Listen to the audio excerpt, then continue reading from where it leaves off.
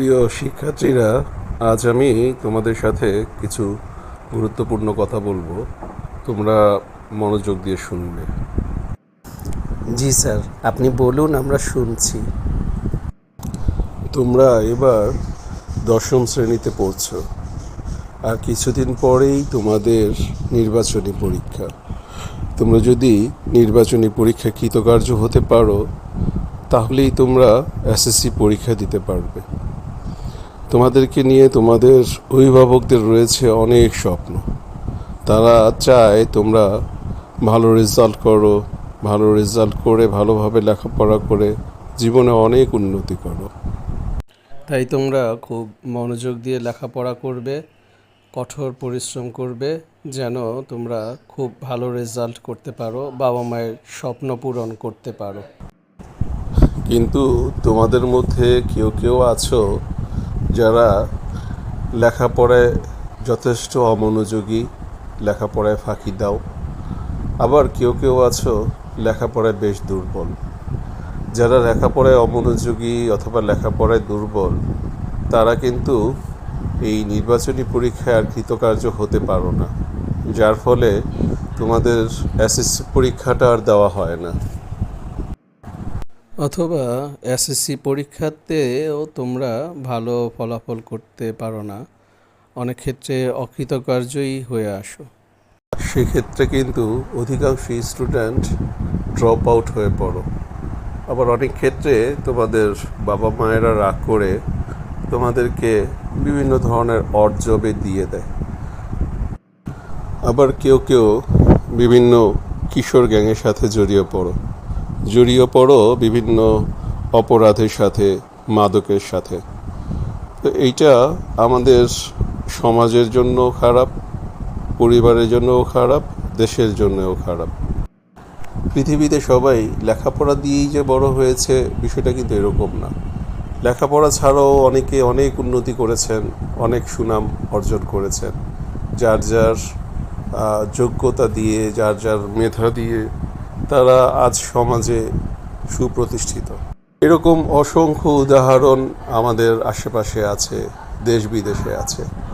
তো তোমরা হতাশ না হয়ে, যারা ধরো পরীক্ষা ভালো করতে পারলে না, তারা অন্যভাবে নিজেকে চেষ্টা করতে পারো নিজেকে মেলে ধরার।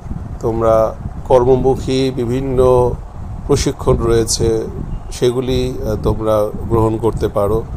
যেমন সারা বাংলাদেশেই সরকারিভাবে প্রতিটি জেলায় যুব উন্নয়ন কর্তৃপক্ষ যুব উন্নয়ন প্রশিক্ষণ কেন্দ্র রয়েছে। সেই সব প্রশিক্ষণ কেন্দ্রে তোমরা বিভিন্ন বিষয়ের উপরে প্রশিক্ষণ নিতে পারো, যেমন ওয়েল্ডিং, ড্রাইভিং, ওয়ার্কশপের কাজ। তারপরে ধরো তোমরা কম্পিউটারের উপরে অনেক কোর্স আছে, সেগুলি করতে পারো।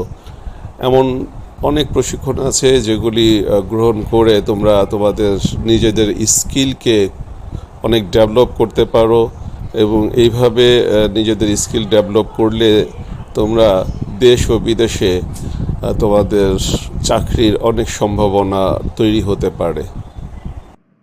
বিশেষ করে বিদেশে যাওয়ার ক্ষেত্রে এটা খুব ভালো কাজ হবে।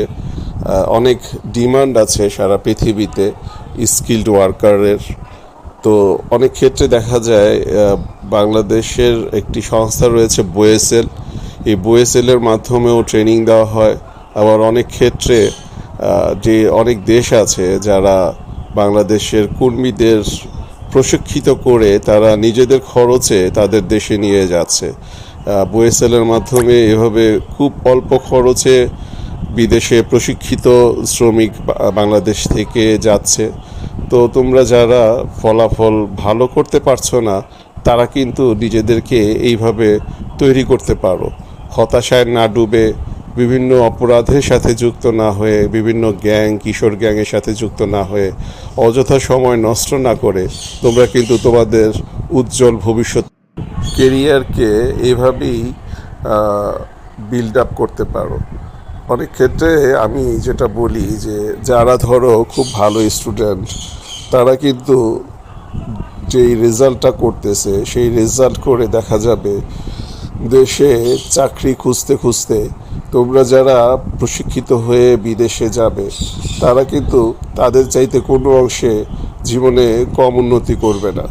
তো আমার কথাটা সবসময় খেয়াল রাখবে যে লেখাপড়া হয়তো তোমার দিয়ে হলো না, কিন্তু তুমি যদি নিজেকে এভাবে তৈরি করো তাহলে তুমি তোমার পরিবারের জন্য সম্পদ, সমাজের জন্য সম্পদ, দেশের জন্য সম্পদ।